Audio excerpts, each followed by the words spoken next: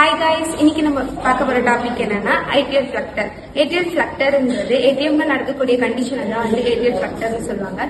இதப்போ electrical activities வந்து இன்க்ரீஸா இருக்கும். அதனால நார்மலா ஹார்ட் பீட் ஆகுறத விட அதிகமா பீட் ஆகும். எவ்வளவுனா 250 to 350 பீட்ஸ் பர் மினிட்ல பீட் ஆகும். அதனால பி வேவ் வந்து இன்க்ரீஸா இருக்கும். அதனால ஸ்ட்ரெயிட் லைன் வந்து தெரியாது.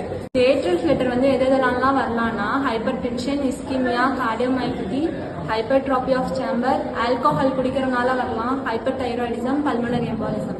இப்போ சைன்ஸ் அண்ட் சிம்டம்ஸ் என்னென்ன அப்படின்னு பார்த்தோம்னா ஷார்ட்னஸ் ஆஃப் ப்ரீத் இருக்கும், பெயின் இருக்கும், அப்புறம் டிஸ்கம்ஃபர்ட் ஃபீலிங் இருக்கும் செஸ்ட்ல, அப்புறம் ப்ரெஷர் அதிகமா இருக்கும், பல்ஸ் ரேட் வந்து அதிகமா இருக்கும், நெக்ஸ்ட் வந்து ஃபெயிண்டிங் ஆகும். நெக்ஸ்ட் வந்துட்டு அதோட ட்ரீட்மெண்ட் பார்க்கலாம். அதுல வந்துட்டு எலக்ட்ரிக்கல் கார்டியோவெர்ஷன். எலக்ட்ரிக்கல் கார்டியோவெர்ஷன் அப்படின்னா பேஷண்ட் தூங்கிட்டு இருக்கும்போது எலக்ட்ரிக்கல் ஷாக் வந்து கொடுப்பாங்க.